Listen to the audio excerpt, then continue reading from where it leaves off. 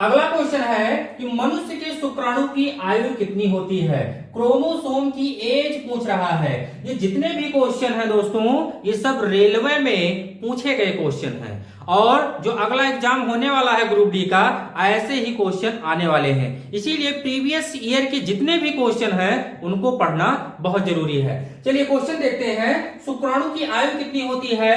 तो 48 से 72 घंटे तक क्रोमोसोम जीवित रहते हैं और यही इनकी आयु है, 48 से 72 घंटे होती है। एक क्वेश्चन और पूछा जाता है कि ये क्रोमोसोम है, इसमें देखेंगे एक पूंछ लगी होती है। ये पूंछ क्या होती है? इसमें क्या पाया जाता है? तो इसमें पाया जाता है माइटोकॉन्ड्रिया। क्या पाया जाता है? माइटोकॉन्ड्रिया। क्योंकि माइटोकॉन्ड्रिया का काम क्या होता है? एनर्जी को स्टोर करना। तो यहाँ पे क्या होता है? एनर्जी होता है और ये काम क्या करता है? ये शुक्राणु को आगे पुश करता है, ढकेलने का काम करता है। आगे देखेंगे, पलकों के किनारे कौन सी ग्रंथियां पाई जाती हैं? आंख से संबंधित क्वेश्चन है, ये भी क्वेश्चन पूछा गया है। इसे कहते हैं मीबोमियन। क्या कहते हैं? मीबोमियन कहते हैं। जो आंख की पलक होती है और किनारे किनारे जो लेस होती हैं उन्हें क्या कहते हैं? मीबोमियन। वो ग्रंथि होती है मीबोमियन। आगे देखते हैं, मनुष्य की आहार नाल। आहार नाल के किस भाग में एंजाइम नहीं पाया जाता है? तो वो होती है ग्रसिका। कौन सी होती है? ग्रसिका। अगर पूछ लिया जाए कि मनुष्य के आहार नाल की लंबाई कितनी होती है, तो कितनी होती है? 8 to 10 मीटर होती है। दोस्तों नोट कर लीजिएगा, आहार नाल की लंबाई कितनी होती है? 8 to 10 मीटर होती है। आगे देखिए, कह रहा है कि पित्त का मुख्य कार्य क्या होता है? जो पित्त होता है, पित्त कहां से स्रवित होता है? ये लीवर से स्रवित होता है, पित्ताशय से, और इसका काम होता है वसा का इमल्सिफिकेशन।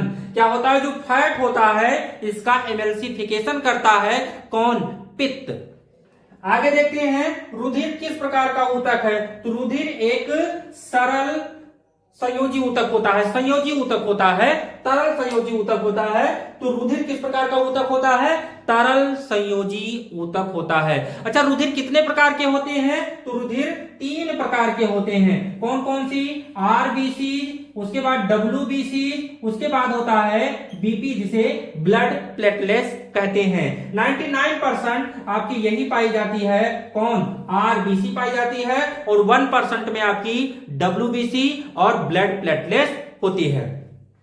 आगे देखते हैं, आमाशय की दीवार में कौन सा एंजाइम निकलता है? जो स्टमक की लेयर होती है उसमें से कौन सा एंजाइम निकलता है, ये क्वेश्चन पूछ रहा है। तो यहाँ पे गैस्ट्रिन निकलता है। ये गैस्ट्रिन एंजाइम जो होता है ये आमाशय की दीवार में निकलता है। आप लोगों ने नाई की दुकान पे जाके एक फुहारा देखा होगा। जैसे नाई की दुकान पे जाते हैं तो आपके बाल में फुहारा मारता है। तो जैसे ही हमारी बॉडी में भोजन जाता है तो जो स्टमक की लेयर होती है वो फुहारा टाइप का भोजन में मार देती है। यही गैस्ट्रिन होता है जो निकलता है। तो आमाशय की दीवार में कौन सा एंजाइम निकलता है? गैस्ट्रिन।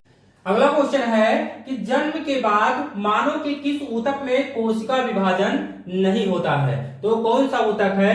वो है आपका तंत्रिका ऊतक। तंत्रिका ऊतक ऐसा ऊतक है कि जन्म के पश्चात इसमें कोई विभाजन नहीं होता है कोशिकाओं में। आगे देखिए, किस जंतु में तंत्रिका तंत्र नहीं होता है? तो वो होता है अमीबा। अमीबा में तंत्रिका तंत्र नहीं होता है। अच्छा, अमीबा अपना भोजन कैसे प्राप्त करता है? तो अपने पछावों द्वारा, उसके पैर होते हैं उसी के द्वारा वो अपना भोजन प्राप्त करता है। कान का पर्दा किस जीव में नहीं होता है? तो सांप में कान का पर्दा नहीं होता है।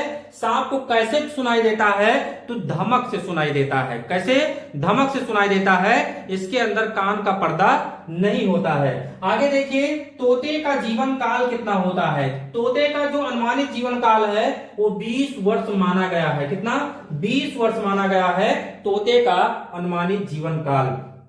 आगे देखिए, शरीर के किस अंग में ग्लाइकोजन का संचय होता है? तो वो आपका यकृत होता है, जहां पे ग्लाइकोजन का भरपूर मात्रा में संचय होता है। आगे देखिए, सांप का जहर क्या होता है? तो सांप का जहर जो होता है एक प्रकार का प्रोटीन होता है साथियों।